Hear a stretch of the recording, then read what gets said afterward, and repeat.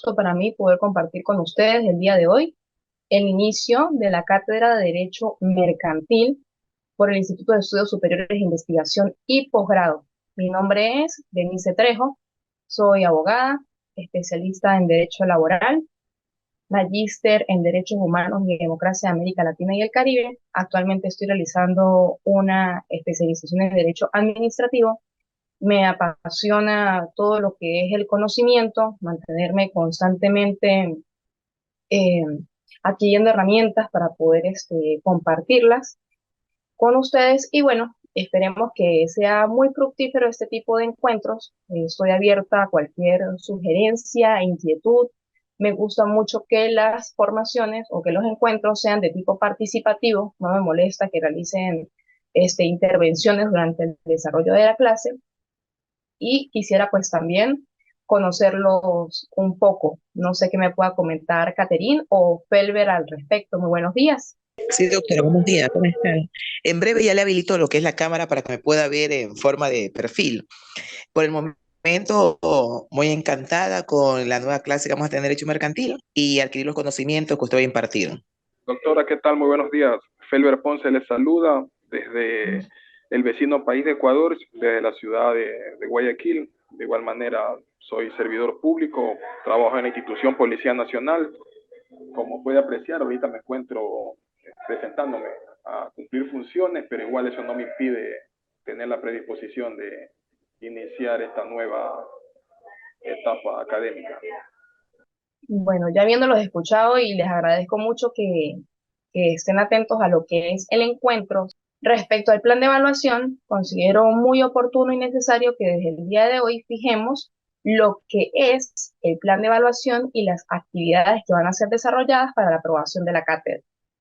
Siempre lo consulto, quisiera escucharlos a ustedes también, si tienen otras propuestas también estoy abierta a eso y justo por eso las estoy reflejando en la filmina o en la lámina.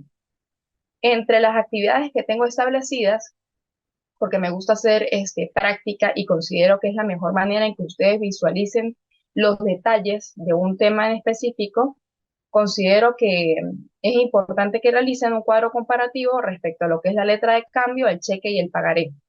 Aun y cuando hay o existe una tecnología que nos ha facilitado una serie de transacciones, también es cierto que la letra de cambio y el cheque especialmente sigue ayudando en este tipo de desarrollos, en este tipo de actividades comerciales cuando se dan entre una, dos o más personas o sociedades mercantiles. Por otra parte, les propongo establecer semejanzas y diferencias entre lo que es el contrato de compraventa mercantil, el contrato de transporte y el contrato de compraventa internacional según las leyes de Ecuador y Venezuela. Como tercera actividad, que comparen las sociedades mercantiles irregulares de Venezuela y Ecuador. Y finalmente, analizar la ley por acciones simplificadas de Ecuador comparándolas con los tipos de sociedades mercantiles venezolanas. Quisiera escucharlos, si ustedes gustan, pues pueden leerla en un minuto, si les parece bien, y comentarme cuáles serían sus reacciones respecto a estas cuatro actividades, si les parece bien, si quieren sugerir otra, o si tienen alguna duda. Doctora Felber Ponce, haciendo uso de la palabra, hasta la presente, no, sí estoy atento a su explicación y estoy igual analizando la lámina. Sí, sí está todo esclarecido ahí, ¿no? Ok, perfecto. De todas maneras, cualquier duda, pues se pueden comunicar conmigo mediante plataforma. Quería que antes de subirla a lo que es la plataforma del IESIP, que ustedes las visualizaran y pues tuviesen claro cómo se va a evaluar para posteriormente hoy sí subir lo que es la planificación y las evaluaciones que deben realizar para la aprobación de la materia. Me contenta que quede clara las actividades y las propuestas pues les hayan agradado. No creo que son tan densas, no, obviamente pues tienen que leer, tienen que analizar, tienen que investigar, pero es una manera muy clara de visualizar los temas más importantes o los que considero que son oportunos para que ustedes desarrollen en la materia. Gracias. Como les comenté, no tengo ningún inconveniente en que ustedes me interrumpan o participen durante el desarrollo de la clase. Para empezar, Entonces les voy a comentar, de conformidad a lo que establece la lámina, que el derecho mercantil es también llamado derecho comercial. Y una de sus características, aunque también las vamos a ver más adelante, es que el derecho mercantil es un derecho universal. Esta es una rama especial del derecho privado y es el conjunto de normas, tanto legales como conceptuales, que están orientadas a regular las relaciones entre los comerciantes en el ejercicio de su profesión, a los actos de comercio legalmente calificados como tales y a las relaciones jurídicas derivadas de las relaciones de estos. En términos amplios o muy generales, es una rama del derecho que regula el ejercicio del comercio y uno de sus fundamentos es el comercio libre. Si ustedes observan la lámina, primero van a observar que el derecho mercantil forma parte de lo que es el derecho privado y aunado a la existencia de normas legales, existen una serie de conceptos que ayudan a regular esas relaciones existentes entre comerciantes, a los actos de comercio y a las relaciones jurídicas derivadas de esa relación. Entonces, vemos tres partes: el conjunto de normas legales que regulan a comerciantes, a los actos de comercio y a las relaciones jurídicas de los mismos. Y en líneas generales, regula lo que es el ejercicio del comercio. Las relaciones comerciales se encuentran sujetas al derecho mercantil y se considera así por ser un acto de comercio. Como lo acabo de mencionar en el concepto, tenemos que diferenciar profundamente lo que es comerciante, actividad mercantil y actos de comercio. ¿Por qué? Porque necesariamente cuando estamos realizando un tipo de relación que maneja este derecho, tiene que existir un intercambio entre una persona y la otra. En cuanto a la historia, que no me quiero detener mucho en la misma, pero sí les voy a explicar en unos breves minutos lo que es la historia. Comenzamos a ver o a visualizar lo que es el derecho mercantil desde la época medieval por los asirios, los fenicios y en la época de Grecia. Efectivamente, si nos ponemos a indagar un poco respecto a la historia, que pues ya muy fácilmente ustedes pueden llegar a consultar, al inicio no existen realmente documentos, solamente se escucha lo que es la ley Rodia de Jacta y la actividad mercantil ha existido principalmente o surgió por el filósofo Demóstenes, en donde comenzó a hablar de lo que eran los depósitos de mercancías, establecimiento y expendio de mercancías y lugares para celebrar los contratos. Más profundamente, quien ha desarrollado o quien desarrolló lo que fue el derecho mercantil fue en Roma.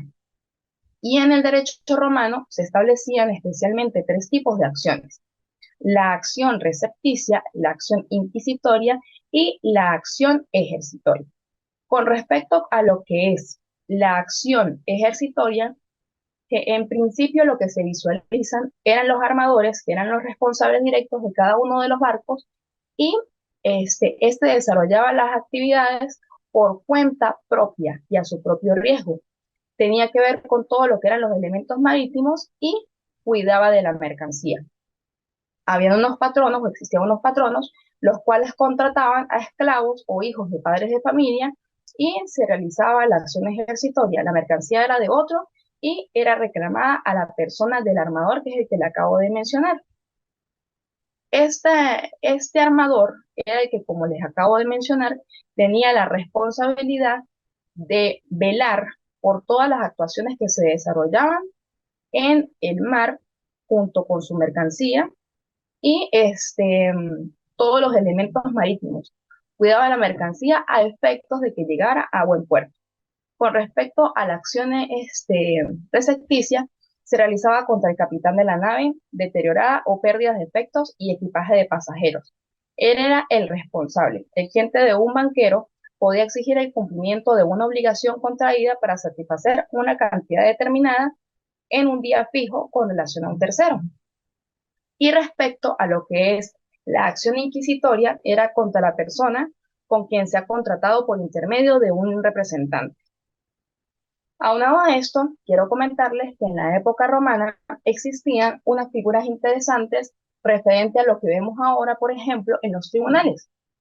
En los tribunales nosotros vemos, por ejemplo, lo que es el juez, y los tribunales superiores a los cuales se acude cuando ese juez de primera instancia no brinda un resultado oportuno o propicio para una de las partes o para ambas de ellas.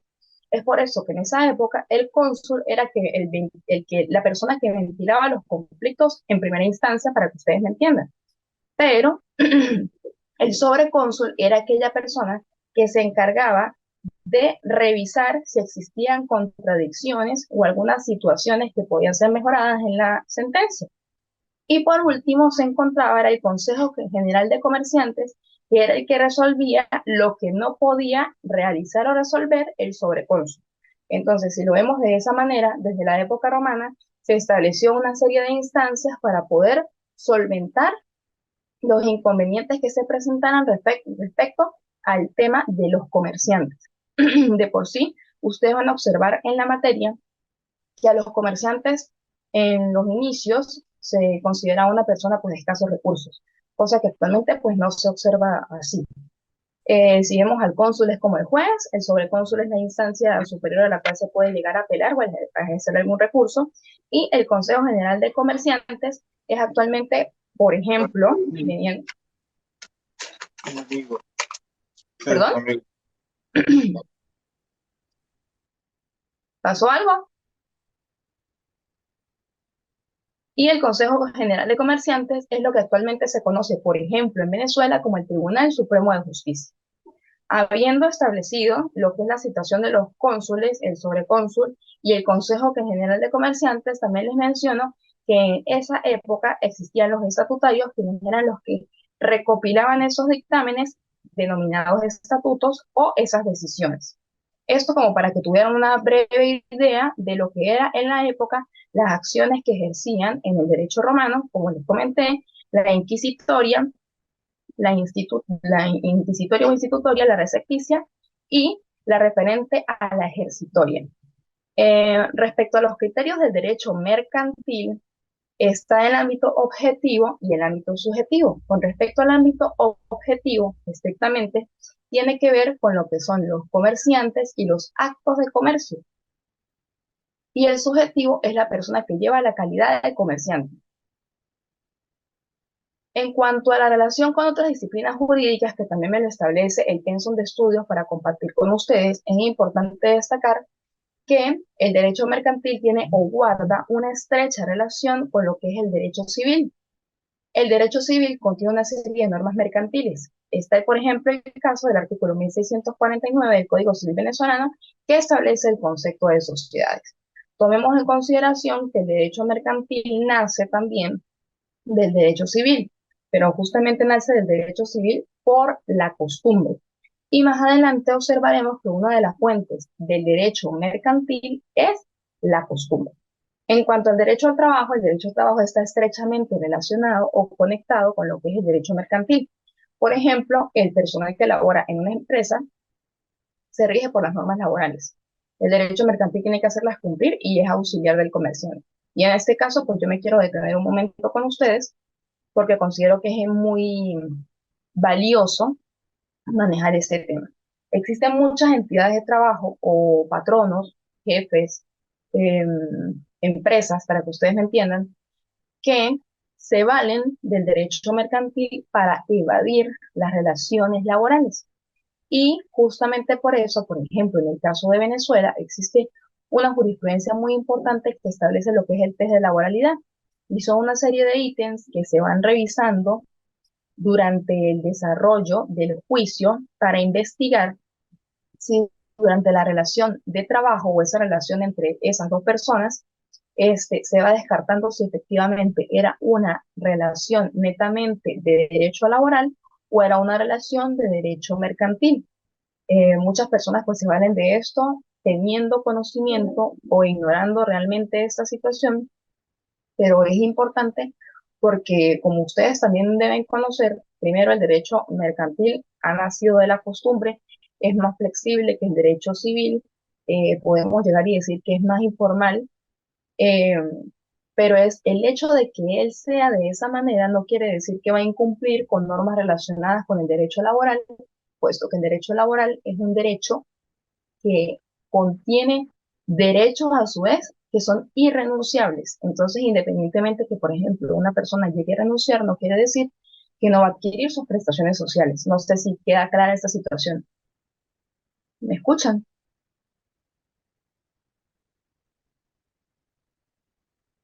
No sé si William Sí, puede... doctora. Sí, sí está claro. Sí, sí la escuchamos claro, doctora. De mi parte sí la escucho. Muy buenos Ok, días. De antemano me uno un poco tarde a la reunión por el trabajo. tranquilo, no se preocupe. Muchas gracias por estar. Bienvenido. Gracias. O- ok, teniendo claro lo que es el derecho civil y el derecho del trabajo y su relación con el derecho mercantil, también podemos observar otro tipo de ramas del derecho que guardan estrecha relación con lo que es el derecho mercantil. En este caso está el derecho penal. Y lo reflejo de una manera muy coloquial para que ustedes lo entiendan de una manera más clara. Si alguna persona incumple con asuntos relacionados a los actos de comercio, este derecho se encarga de sancionarlos de forma personalísima. Por ejemplo, en el caso de emisión de cheques sin provisión de fondos, la quiebra, los ilícitos cambiarios, la retención de bienes que no han tenido un origen transparente o el forjamiento de los documentos de contabilidad. También debemos recordar que por el hecho de que el derecho mercantil sea un derecho flexible, informal y que los contratos de los mismos sean mucho más suaves de realizar o sin tanto formalismo que el derecho civil, esto no quiere decir que se vayan a incumplir también las normas que se han convenido entre dos o más personas. Y es aquí en donde el derecho penal, realizando unas determinadas formalidades y acciones, va a realizar mediante los organismos competentes las investigaciones oportunas del caso junto con la aportación de pruebas que se presenten para sancionar a la persona que ha faltado a esa relación o a ese acto de comercio. En cuanto al derecho administrativo, justamente la relación se da por el Estado, porque guarda relación con la superintendencia, por ejemplo, de bancos, la Comisión Nacional de Valores. eh, Hay muchas actividades del Estado que tienen que ver justamente o se relacionan con el derecho administrativo, que tiene que ver con lo que es la administración pública, el servicio al público y el bien común a todos los demás, porque si nos centramos en lo que es el derecho administrativo, nos damos cuenta que servir al público es servir al ciudadano y en ellos está su centralidad, que son los derechos humanos. Se supone que los funcionarios públicos deben de cumplir con unas normas determinadas, pero el hecho de ser el Estado y de proveer calidad de vida, dignidad para todo ser humano, tiene que realizar relaciones de tipo comerciales cumpliendo determinados lineamientos para para poder satisfacer las necesidades del conglomerado en general de su población.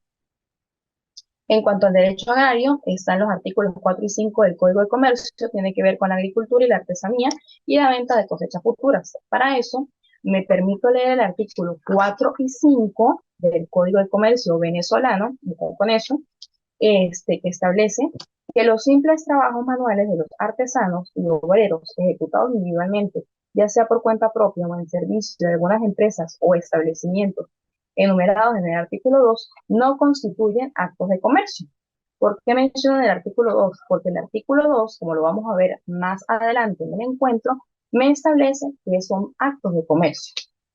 Y el artículo 5 me establece que no son actos de comercio la compra de frutos, de mercancías u otros efectos para el uso o consumo del adquirente o de su familia, ni la reventa que se haga de ellos. Tampoco es acto de comercio la venta que el propietario, el labrador o el criador hagan de los productos del mundo que exploren.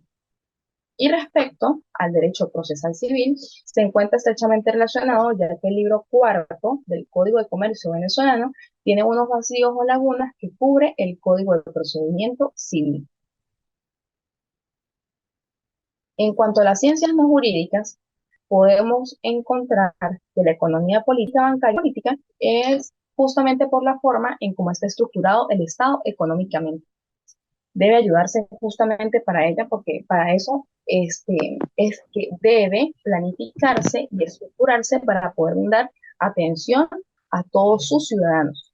En cuanto a la economía financiera, porque tiene que ver con la circulación de precios, que esto pues en algunos países o en algunos estados falla, pero podemos entender que también hay otros factores a nivel mundial que han afectado esa economía financiera dentro de cada uno de los estados, especialmente los de Latinoamérica. En cuanto a la estadística, es justamente por el censo o recuento de la población, de los recursos naturales e industriales o de cualquier otra manifestación de un estado, provincia, clase, entre otros. Y en cuanto a la técnica bancaria, que son procedimientos de índole mercantil que los bancos realizan para diversas transacciones apoyadas en el derecho mercantil para funcionar dentro de una entidad bancaria. Bueno, ahora quiero compartir con ustedes lo que es la autonomía del derecho mercantil. ¿Por qué? Porque si bien es cierto el derecho mercantil, como lo dije al inicio de la clase, se origina del derecho civil, también es cierto que el derecho civil proviene del derecho consuetudinario, de la costumbre. Antiguamente, el derecho civil lo quería excluir por considerarlo un derecho inferior, pero gracias a la costumbre, este derecho mercantil se fue reglamentando y se fue estableciendo dentro de un conjunto de normas. Pero ¿por qué hablamos de la costumbre o del derecho consuetudinario? Porque se basa en la tradición y esto comenzó a desarrollarse a través de los mercaderes debido a las operaciones que realizaban originando normas sustantivas y adjetivas. Recordemos que cuando hablamos de esto puede que sea muy simple de mencionar, pero prefiero aclararlo para que no haya inconvenientes. Con respecto a las normas sustantivas, es las que me establecen los conceptos y cómo se puede clasificar o caracterizar o normativizar determinado derecho. Y la adjetividad lo que me establece son el conjunto de procedimientos para poder lograr algo determinado. Entonces, por eso sí, en cuanto a la costumbre, recuerden que tiene que ver con lo que es la tradición y esa costumbre pues efectivamente debe probarse de una manera especial de probarse. Y en cuanto a los mercaderes, porque viene desde el Imperio Romano, para que me entiendan, este era sobre todo por la actividad que se desarrollaba dentro de los mercados de la plaza. Vendían mercancías supervisados por un administrador llamado maestro de la fe. En la época del derecho romano, la persona comerciante era considerada una persona de bajos recursos, como también lo dije hace un momento, de clase inferior, con unas normas distintas a las demás personas. Y también se ejercitaban acciones con los armadores y los navegantes, como les mencioné hace un momento, con la acción inquisitoria, la ejercitoria y otras. Pero al ser un derecho autónomo, también tiene un método propio de interpretación del derecho mercantil. Y por eso les enumero brevemente estos tópicos. ¿Por qué es técnico económico? Porque el derecho mercantil siempre debe estar observando la realidad económica y social del momento. Uno de los ejemplos más simples que les puedo mencionar es sobre todo lo que es el tema de la tecnología de la información y la comunicación. Esto está muy relacionado con lo que es el derecho mercantil y efectivamente las TICs están prácticamente en todos los tipos de derechos, solamente que debemos ir adaptándonos a las innovaciones y a la realidad social que se encuentra presente. Por ello, y justamente por el tema de la costumbre, es que se han podido realizar actividades de compra y venta por medio de uso de celulares. Y ahora por medio del celular podemos realizar una serie de actividades comerciales o de actos de comercio porque se ha facilitado. Entonces, por eso, cuando vamos a observar el método de interpretación del derecho mercantil, tenemos que observar el tópico de el ámbito técnico-económico, ajustándonos a la realidad económica y social del momento en un determinado estado o lugar.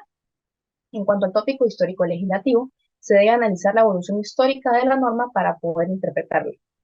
El dogmático responde a cómo vamos a interpretar esas normas y exegético darle el sentido propio a las palabras. O sea, no pueden haber variaciones sino ajustarse justamente a lo que se ha observado o se ha evidenciado a lo largo del tiempo, porque recordemos que el derecho mercantil nace de la costumbre. Por otra parte, un ámbito muy importante son las características del derecho mercantil. Pero antes de hablar de las características del derecho mercantil, debemos recordar que tiene que existir una determinada objetividad y una equidad.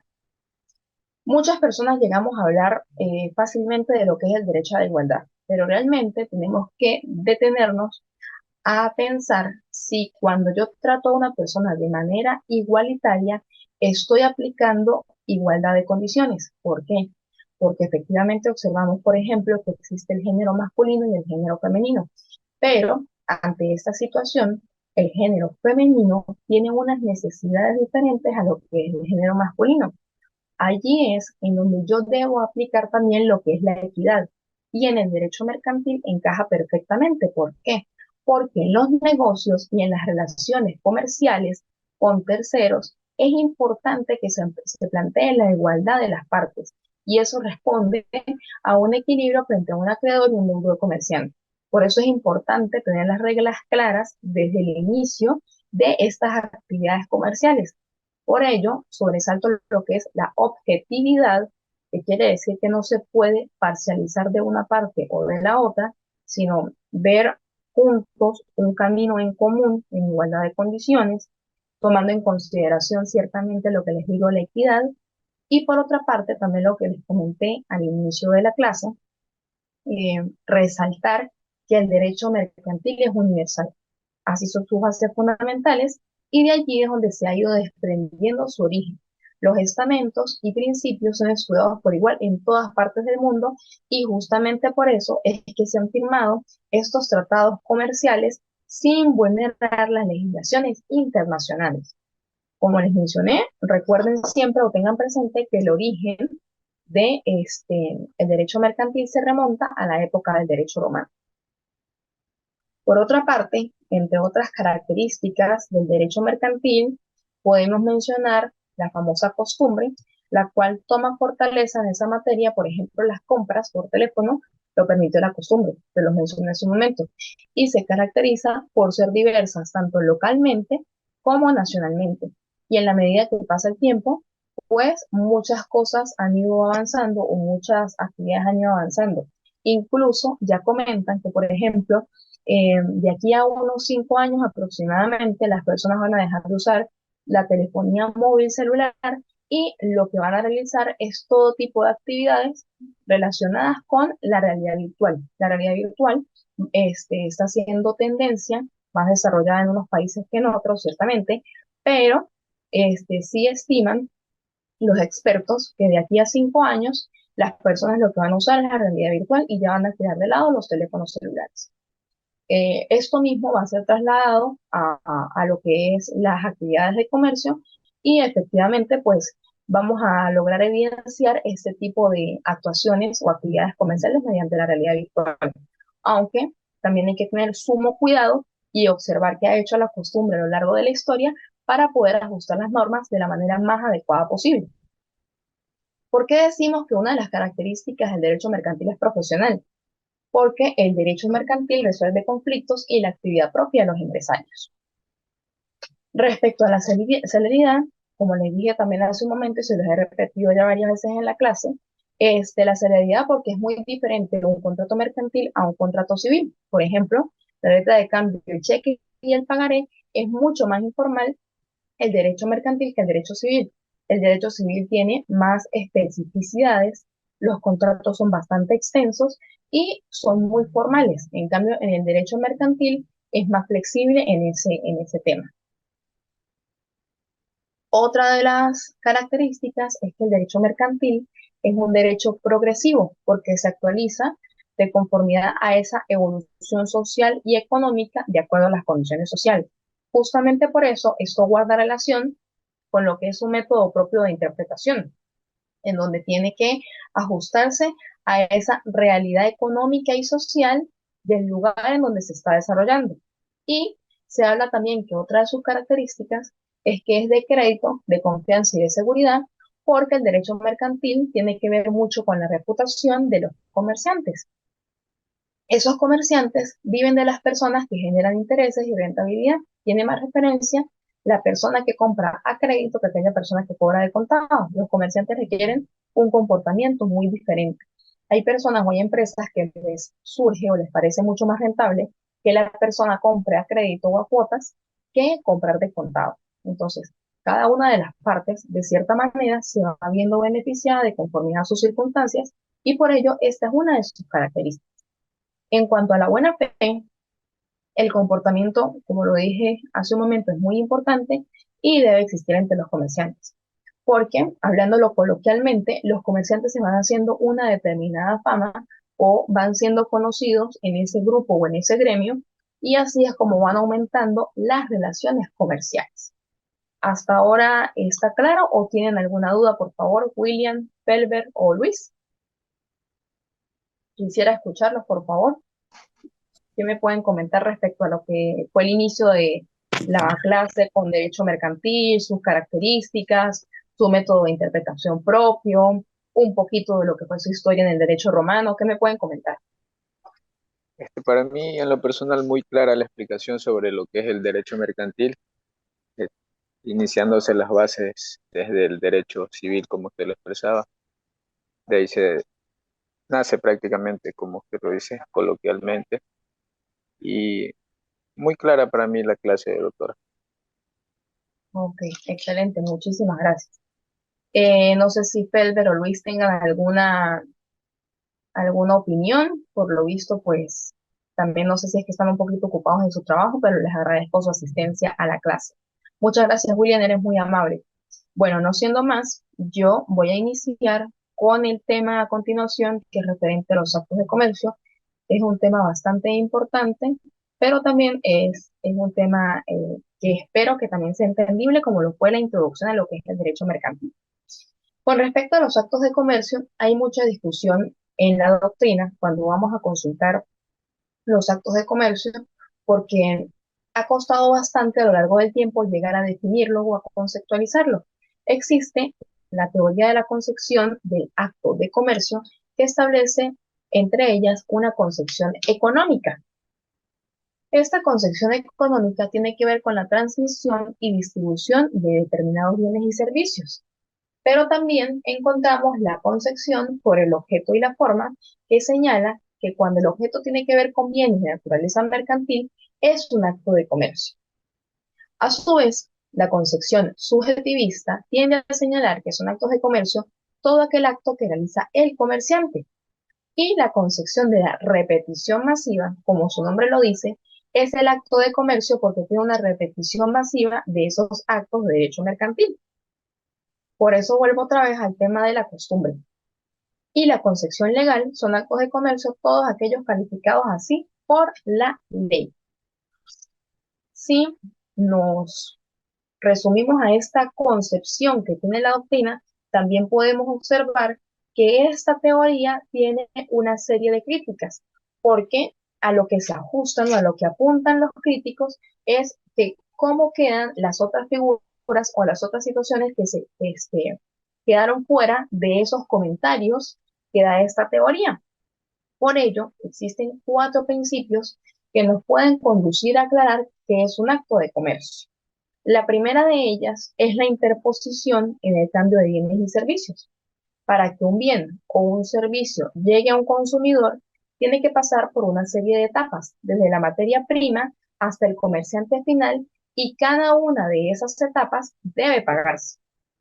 La segunda es la distribución de los bienes y servicios, en donde se genera una serie de actos cumpliendo unos determinados requisitos. La circulación de la riqueza se refiere a la cantidad de dinero, de bienes y de servicios que se están manejando.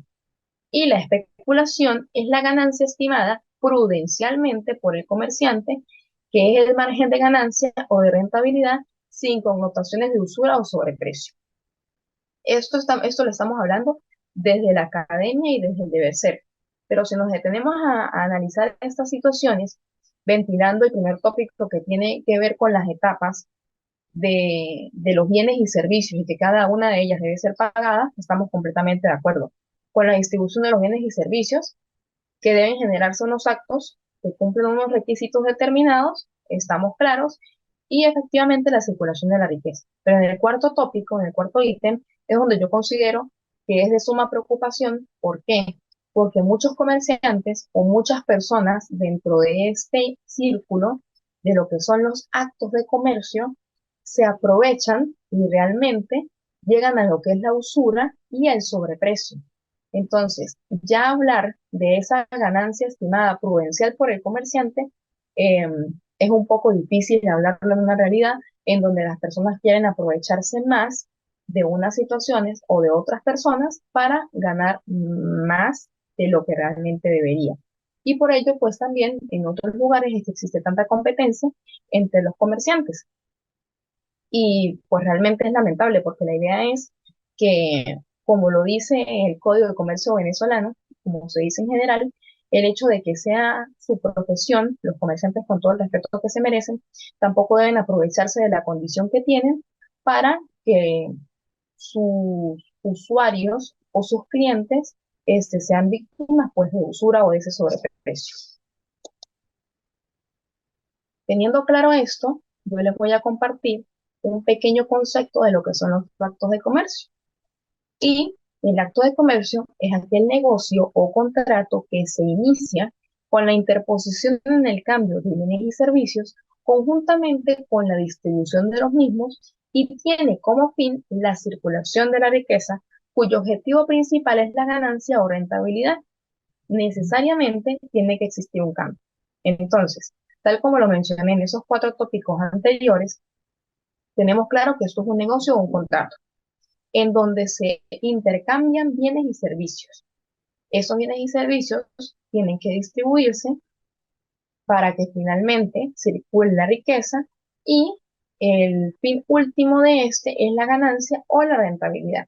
Obviamente, si yo acudo a comprar algo es porque lo necesito y esa persona que lo está vendiendo va a obtener una ganancia determinada por esa venta que está realizando. Entonces, a eso resumimos lo que son los actos de comercio.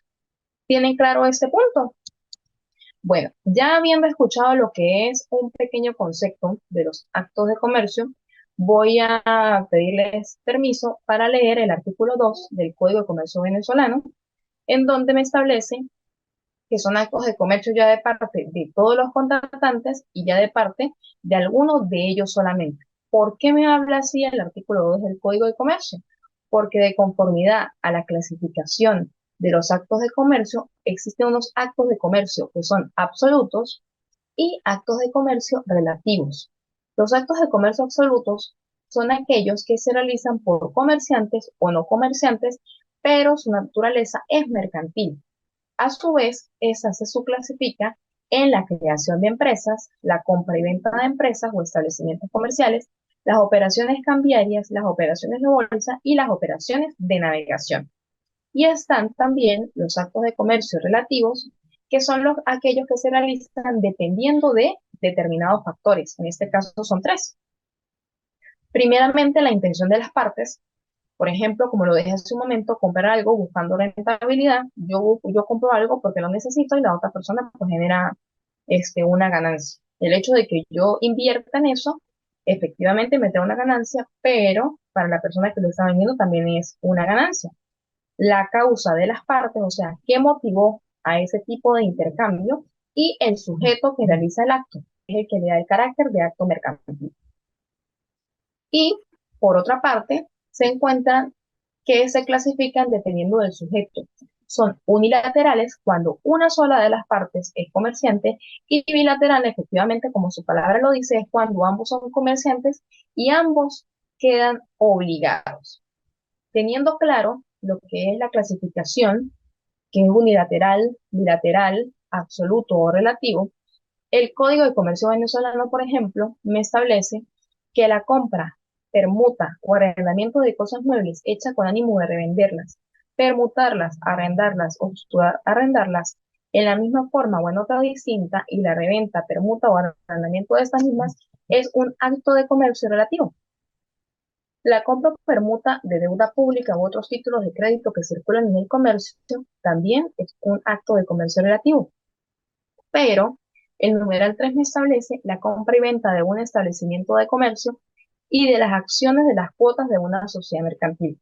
Este es un acto de comercio absoluto. En cuanto a la comisión y el mandato comercial, es un acto de comercio relativo. Las empresas de fábricas o de construcciones es un acto de comercio absoluto. Las empresas de manufacturas, almacenes, bazares, tiendas, fondas, café y otros establecimientos semejantes es un acto de comercio absoluto.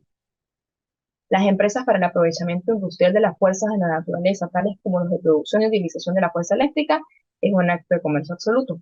Empresas editoras, tipográficas, de librería, litográficas y fotográficas son actos de comercio absolutos. El transporte de personas o cosas por tierra, ríos o canales navegables también son actos de comercio absolutos. El depósito por causa de comercio, empresas de provisiones o suministros, agencias de negocios y empresas de monedas son actos de comercio relativos. Las empresas de espectáculos públicos son actos de comercio absolutos. Los seguros terrestres, mutuos o a prima contra las pérdidas y sobrevidas son actos de comercio relativos. En total, este artículo 2 me establece 23 numerales en donde se dividen en actos de comercio absolutos o relativos, dependiendo a lo que yo les estoy reflejando aquí en la lámina, pero sí es importante que lo tengan presente porque aquí se diferencia cuando efectivamente ambas partes son comerciantes o la actividad que están desarrollando es netamente mercantil o por su defecto son actos de comercio relativos dependiendo de esos tres factores que les mencioné, que es la intención de las partes, la causa de las partes y el sujeto que realiza el acto. En cuanto al artículo 3, también se menciona que se reputan además actos de comercio, cualesquiera otros contratos y cualesquiera otras obligaciones de los comerciantes, si no resulta lo contrario del acto mismo, o si tales contratos y obligaciones no son de naturaleza esencialmente civil. Por otra parte, es oportuno recalcar, también mencionando lo que son los actos de comercio y la introducción al derecho mercantil, que cuando en el derecho mercantil no se encuentre, o por ejemplo en el Código de Comercio, no sea posible conseguir la solución a un determinado caso, quien va a suplir ese vacío legal o esa laguna va a ser el Código Civil. Uno de los códigos que tiene planteado el Código Mercantil y el Código Civil condensado en una, si mal no estoy, es la legislación italiana. De resto, pues en todos los demás países se encuentran por separado. También es oportuno mencionar que el artículo 9 del Código de Comercio venezolano establece que las costumbres mercantiles suplen el silencio de la ley cuando los hechos que las constituyen son uniformes, públicos, generalmente ejecutados en la República o en una determinada localidad y reiterados por un largo espacio de tiempo que apreciarán prudencialmente los jueces de comercio. Allí es donde vemos la relevancia y la importancia que tiene la costumbre como fuente de derecho mercantil. Les repito, suplen el silencio de la ley cuando esos hechos son uniformes, públicos, generalmente ejecutados en la República o en una determinada localidad y reiterados por un largo espacio de tiempo que apreciarán prudencialmente los jueces de comercio. Por otra parte, también les quiero comentar que existen unas normas por las cuales se debe regir efectivamente el derecho mercantil y los comerciantes. Primero de ellas, que la recompensa que se obtiene de los negocios debe ser una justa ganancia en base a unos principios. Por eso les hablaba hace un momento de lo que era el sobreprecio y la usura. Los comerciantes no deben caer en la situación de exagerar en sus precios porque allí como que pierden la naturaleza lo que es esa relación comercial. Por eso, les recuerdo a los que estuvieron desde el inicio de la clase, justamente es que una de las características del derecho mercantil es esa objetividad y lograr esa igualdad entre las personas, la igualdad y la equidad. Y diferencié porque si hablamos de equidad es que yo aplico por igual la ley para todos, pero la equidad se refiere a atender las necesidades específicas de las personas. Entonces, siempre esa recompensa que exista debe ser justa ganancia en base a unos determinados principios, observando también lo que es la costumbre como fuente de derecho mercantil. Por otra parte, en los negocios se debe tratar con la equidad a todos, ya que todos son importantes para la labor mercantil o de comercio. Como ya lo mencioné, las bases fundamentales de un negocio radican en la integridad, rectitud de proceder, servicio eficaz y beneficio mutuo. Por eso también una de las características que estábamos comentando era el crédito y la buena fe. Y en el gremio de los comerciantes se evidencia de manera profunda el hecho de que si esa persona tiene, hablándolo coloquialmente, una mala fama, pues con esa persona no va a realizar ningún tipo de relación comercial o un acto de comercio. Más sin embargo, la persona tiene una buena reputación y se observa de diversas maneras buenas referencias hacia la actuación de esa persona, efectivamente, esa persona tiene credibilidad y consecuencialmente pueden celebrarse actos de comercio con ella. Yo no sé si ustedes en algún momento, me imagino que sí, han consultado, por ejemplo, páginas de Mercado Libre en donde cuando usted observa algún producto o algún bien que les llame la atención y les interesa comprar por esa vía, lo primero que usted observa es el nombre o el usuario de la persona y qué reputación o qué calificación tiene. Y de acuerdo a eso, usted tiene una percepción en donde usted dice, no, sí me genera confianza, tiene buenas calificaciones, hay comentarios positivos hacia esa persona y eso me genera la confianza para poder comprar a distancia. Sin embargo, las personas que tienen calificaciones negativas o los que tienen muy pocas compras, por el contrario, pues nosotros desconfiamos y es natural y decimos, pues no, no voy a comprar por más que me interese y a pesar de que el precio es atractivo, porque no sé si realmente sea una persona de confianza o si yo voy a realizar la transferencia de determinado dinero y me pueden llegar a estafar. Insisto entonces en lo que es la integridad, la rectitud de proceder, el servicio eficaz, el beneficio mutuo, la credibilidad y la buena fe de las personas que realizan estos actos de comercio. En cuanto al conocimiento amplio específico del estudio incesante que tiene una empresa y sus problemas. En el derecho mercantil se establece mucho el estudio en cuanto a las empresas, porque recordemos que las empresas son un pilar fundamental en las actividades comerciales. Por otra parte, la permanencia y la continuidad de servicios son esenciales para esta materia, ya que brinda la confianza por la reputación, la experiencia y la antigüedad.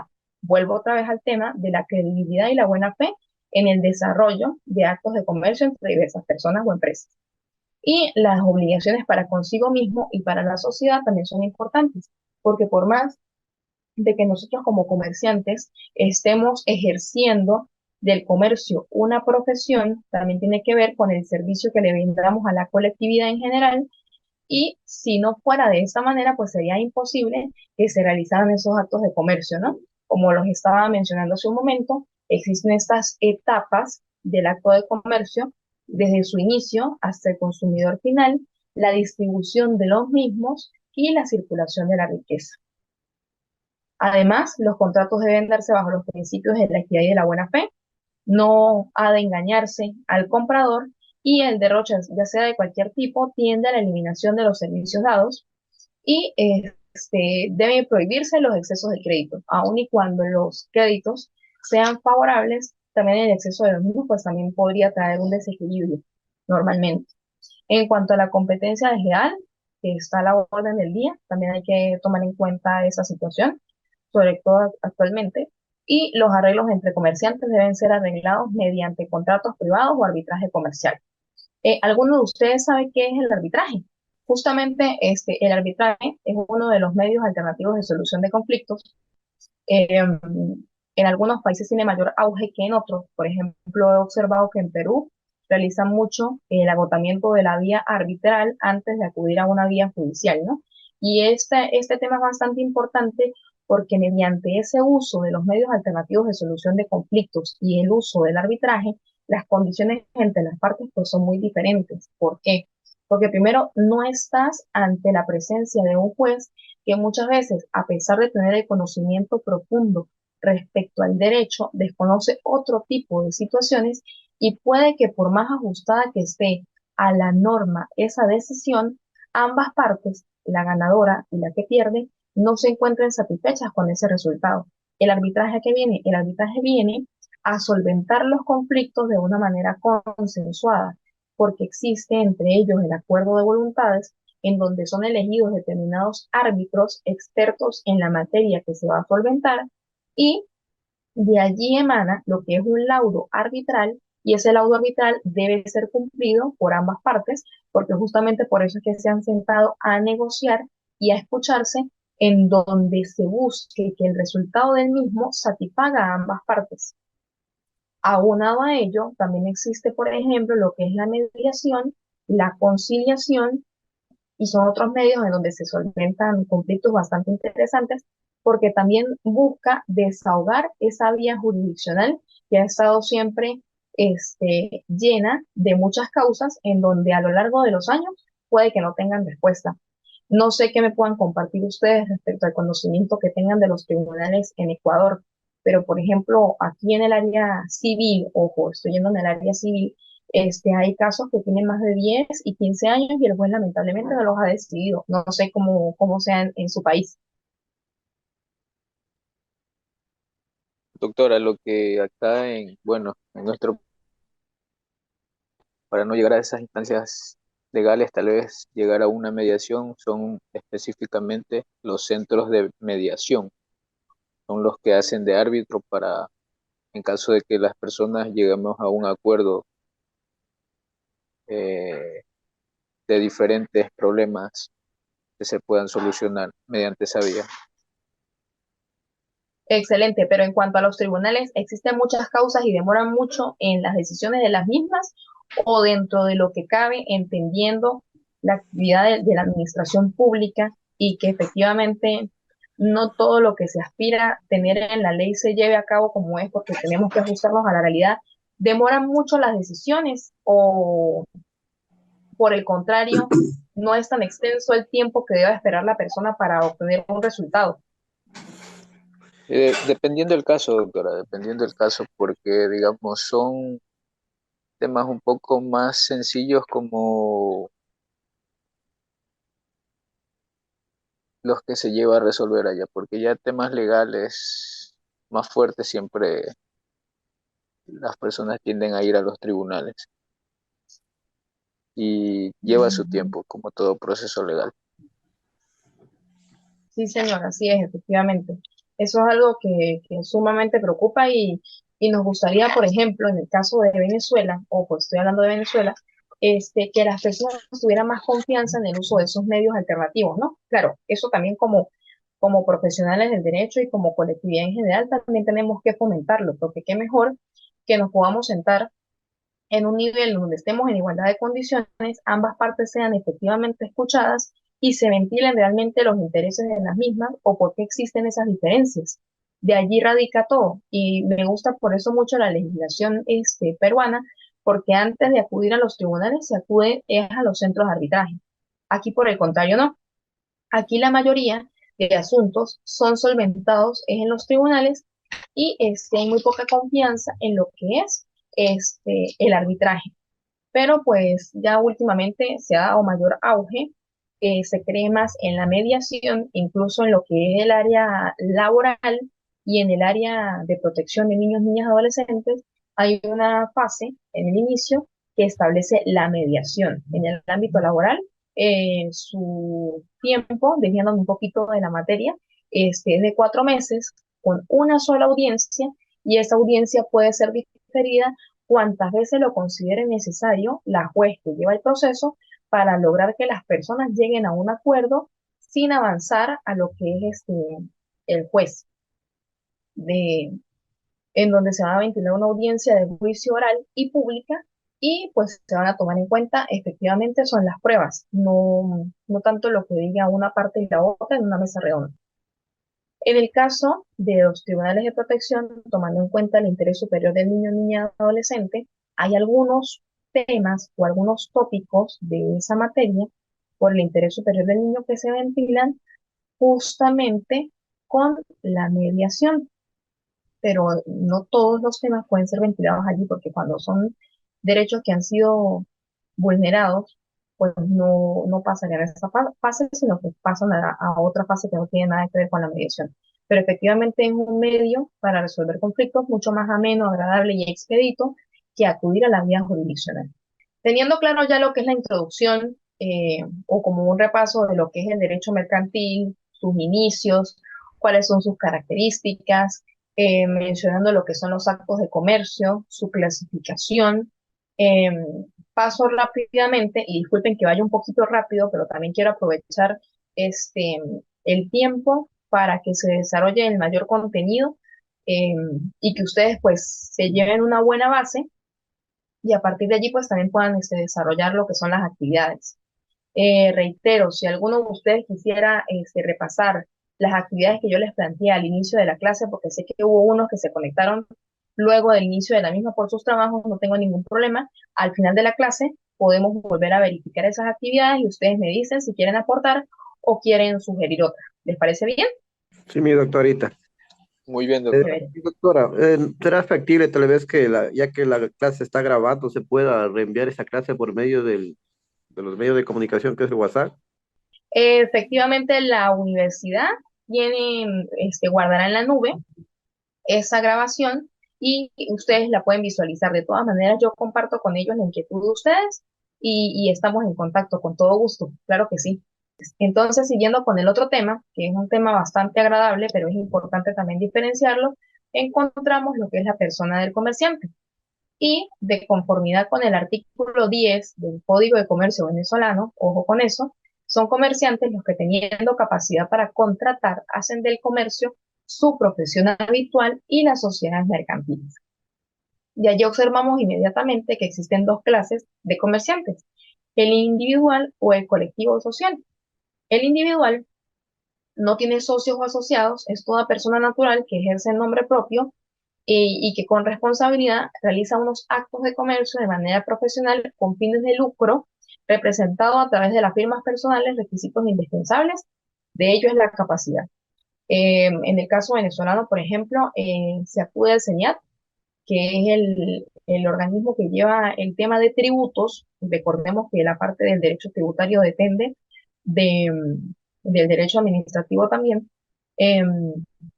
Y allí el comerciante, si presenta la documentación que ha tramitado ante el registro mercantil, puede tener una serie de firmas personales sin ningún inconveniente. Allí está realizando actividades comerciales o actos de comercio bajo la figura de la firma personal y no necesita a ninguna otra persona para poderla desarrollar, siempre y cuando posea la capacidad. Pero por otro lado, observamos lo que son las sociedades mercantiles. Es la agrupación de dos o más personas que ejercen el comercio por cuenta de otro y lo hace a título lucrativo, representado por las sociedades mercantiles constituidas bajo las formas del Código de Comercio con la finalidad de ejercer uno o más actos de comercio. Pueden ser sociedades de personas o sociedades de capital. De allí surgen los auxiliares del comerciante. En cuanto a estos auxiliares del comerciante, puedo resaltar lo que son los dependientes y los independientes. Los dependientes realizan actividad comercial en nombre y por cuenta del principal, y los independientes realizan la actividad comercial en nombre propio y por cuenta del principal. Ellos mismos asumen la responsabilidad. En el caso de los dependientes, es por cuenta de la persona principal y en el caso de los independientes, asumen por completo esa responsabilidad. En cuanto a los requisitos esenciales para que exista la persona del comerciante, ya sea de manera individual o de manera colectiva, es importante destacar lo que es la capacidad, la habitualidad y la profesionalización que tenga y que sea en nombre propio. En cuanto a la capacidad, para que la persona pueda contratar de manera plena. Es importante este requisito. En cuanto a lo que es la habitualidad, que sea permanente, constante y que no sea ocasional. Justamente por eso es que yo menciono tanto lo que es la costumbre como fuente del derecho mercantil, porque esa actividad tiene que ser reiterada. En cuanto a la profesionalización, que el comercio sea su medio de vida y de su familia, y a partir de allí pues se realizan o se desarrollan los actos de comercio, y que sea en nombre propio. Hay obligaciones a la definición legal de acuerdo a la doctrina que asumen que es incorrecta, que le falta referirse a la actuación en nombre propio y el ánimo de realizar actividades con fines de lucro. Además, les sobra mencionar la capacidad y la habitualidad, que se dan en diversos casos. Ojo con esto, el Estado no se puede considerar una persona comerciante. Por más que realice actos de comercio mediante determinadas empresas que existan dentro de la misma, el Estado no es comerciante. Recordemos que el Estado es otra figura que posee unos determinados poderes, en principio el Ejecutivo, el Legislativo y el Judicial, y debe velar por la satisfacción de los intereses de sus ciudadanos. De allí es que la educación y el trabajo sean uno de los fines fundamentales para obtener una mayor calidad de vida. Pero ojo, el Estado no es un comerciante. Toda persona natural o jurídica puede ser comerciante, a excepción de las personas inhábiles y los entredichos. Con esto hay que tener también sumo cuidado porque, por ejemplo, hay personas que, tomando en cuenta su conocimiento, se quieren aprovechar de otras y debe tenerse una conjunción o una análisis amplio cuando se van a realizar determinados actos de comercio para que no existan luego consecuencias negativas y tengamos que acudir, por ejemplo, como les dije al comienzo de la clase, al derecho penal para realizar determinadas este, investigaciones por determinados delitos. Les voy a dar un ejemplo. En el caso de las personas aquí en Venezuela, muchas veces quieren constituir compañías anónimas para realizar determinados actos de comercio, ya sea un bien o un servicio. Pero las personas poseen desconfianza, es normal que entre las personas exista desconfianza al inicio de una relación comercial y suelen constituir empresas o sociedades con personas de confianza, pero la otra persona lo hace mayormente por el apoyo que le quiera brindar, más no quiere verse obligado o tener una responsabilidad a lo largo del tiempo. Entonces, muchas personas aquí en Venezuela constituyen junto a otra persona una sociedad mercantil ante el registro de comercio y posterior a los 6 meses de conformidad a las reglas de acá, se retira y queda una sola persona a cargo de la compañía anónima. Tenemos que recordar y tomar en consideración que cuando nosotros, como miembros de una compañía anónima, estamos hablando de un determinado capital y estamos sumándole a ella o incluyéndole determinados objetos o bienes, ya esos bienes no nos corresponden, sino que le pertenecen a esa persona jurídica y como consecuencia del resultado de esas operaciones de actos de comercio es que uno de los socios va a obtener sus ganancias de conformidad a las acciones que posean. ¿Me siguen? A veces existe mucho interés en proseguir o en tener una compañía anónima, pero lamentablemente no contamos con el suficiente número de personas para constituirla. Aunque claro, como, como se establecen las leyes, cuando existe el conocimiento y se ha investigado lo suficientemente, evidentemente podemos lograr las cosas, pero teniendo ese sumo cuidado para que no vayan a pasar situaciones incómodas. Entonces, recordemos que el comerciante se caracteriza el individual se caracteriza por no tener socios o asociados y ejercer comercio en nombre propio y a título profesional, representado a través de firmas personales. Y el colectivo social, perdón, es la agrupación de dos o más personas que ejercen el comercio por cuenta de otro y lo hace a título lucrativo, representado por las sociedades mercantiles.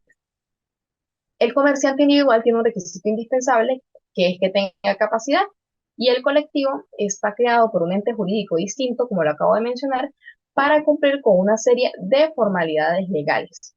Por eso fue que les encomendé, y discúlpenme que me vaya al inicio de las filminas, esta actividad. Y se las leo nuevamente aprovechando el momento. Realizar primero el cuadro comparativo entre la letra de cambio, cheque y pagaré. O sea, estos son los títulos valores.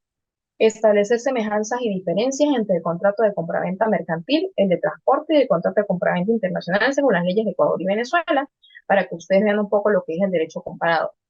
Pero también les pedí que compararan las sociedades mercantiles irregulares de Venezuela y Ecuador, además de analizar la ley por acciones simplificadas de Ecuador comparándolas con los tipos de sociedades mercantiles venezolanas.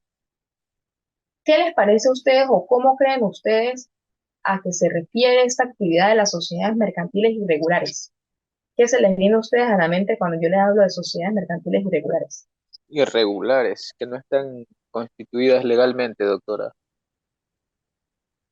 O No que están habiendo estado registradas, constituidas, no están registradas en los habiendo estado, entes reguladores. Hablando tal vez habiendo estado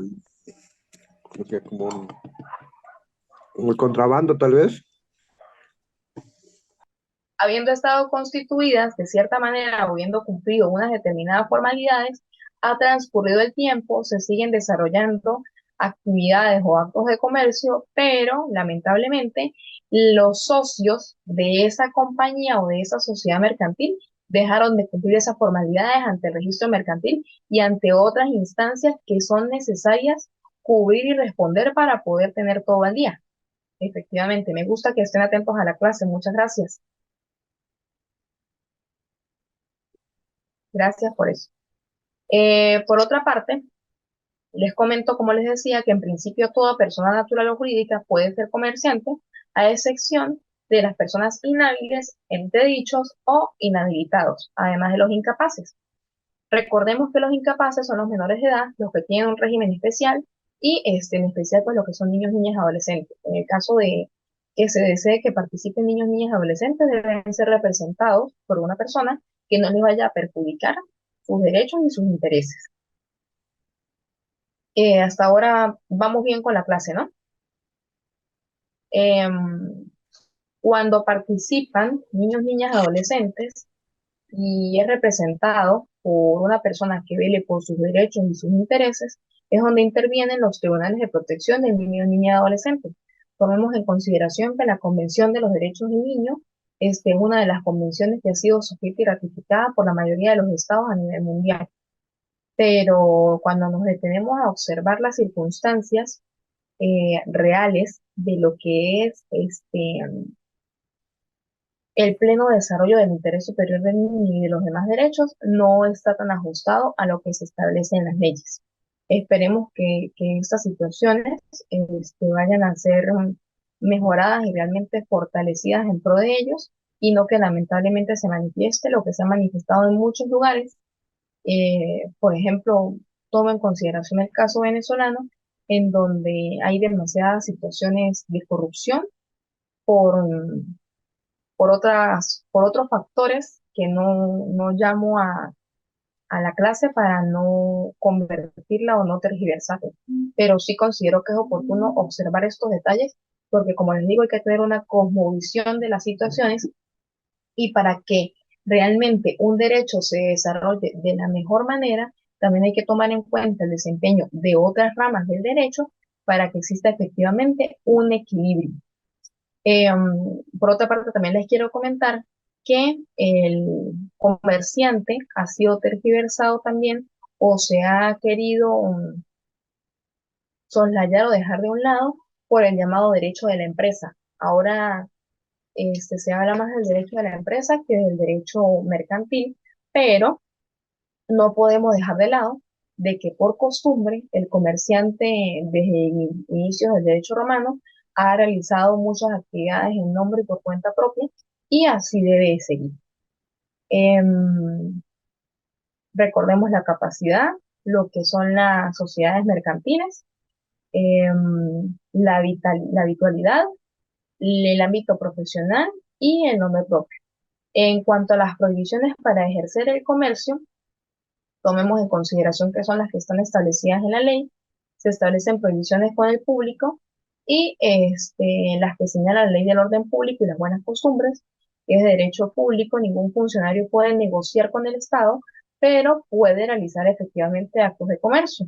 Y de derecho privado, que ningún miembro de una sociedad mercantil puede celebrar actos de comercio en nombre de la misma si no se encuentra autorizado.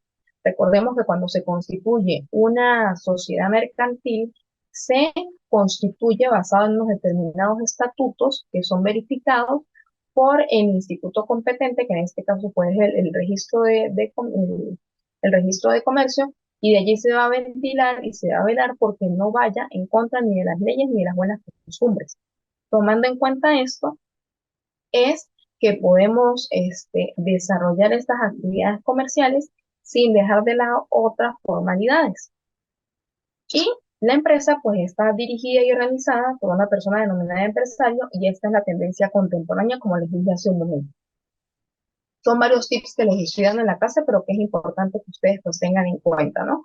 Y para poder constituir una determinada empresa, pues obviamente tienen que tener un capital, que es lo que se invierte en ella por parte de diversos miembros de la misma, y el trabajo que lo desarrolla a través del personal que tiene bajo su cargo.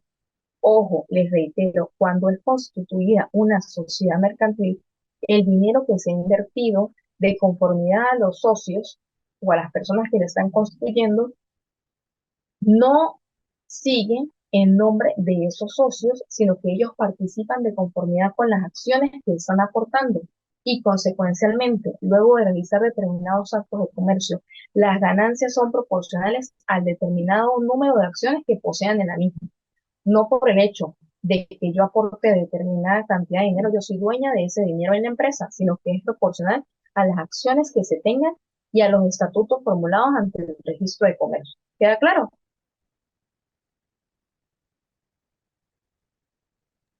Está muy claro, doctora. Perfecto. Y hablando más de la empresa, pues al empresario siempre se le suman otros elementos como la iniciativa y el riesgo. Primero la iniciativa porque es la cualidad del empresario con la que va a emprender. Y hablando de lo que es la economía y la economía social, ahorita hay mucho auge de personas a nivel sobre todo de Latinoamérica con determinados emprendimientos. Y si observamos la economía, estas personas que han realizado o han fomentado los emprendimientos han ayudado un poco a la economía. Incluso en el caso de Venezuela, con la situación que se vivió hace unos años, la emergencia humanitaria compleja, la situación económica por la cual se está atravesando, ha traído como consecuencia que muchas de las personas que se han quedado acá lo que han iniciado son emprendimientos. Y estos emprendimientos en un porcentaje han ayudado a la economía. Por ende, como les digo, uno tiene que tener una visión holística de las cosas y no solamente concentrarse en un punto. Y pues quiero que ustedes lo tomen en consideración. Y así como yo tengo la iniciativa de realizar un emprendimiento y de comenzar poco a poco, que muchas veces estos emprendedores pues no inician con un registro de comercio ante el registro mercantil, sino que lo hacen de una manera informal para ver cómo les va, ese emprendimiento pues también trae un riesgo. Y la empresa corre con diversas cargas o las personas corren con cargas y no se sabe si con la actividad que emprenda le vaya bien o no. Entonces, además de lo que hay que invertirle de dinero, también está la iniciativa que se tenga y el riesgo sumado. Em, una de las cosas que también hay que ver, como les comenté, es la parte de los tributos. Muchas veces las empresas quieren evadir ese pago de impuestos, pero con el hecho de la evasión de esos tipos de impuestos, de tasas y de contribuciones, también habría que llegar a sopesarlo, porque nada vale que yo incumpla, por ejemplo, con unas formalidades establecidas por el fisco, por decirlo de alguna manera, si al fin y al cabo tengo que pagarlas en un momento determinado e incluso con una decisión que no sea nada favorable para la empresa.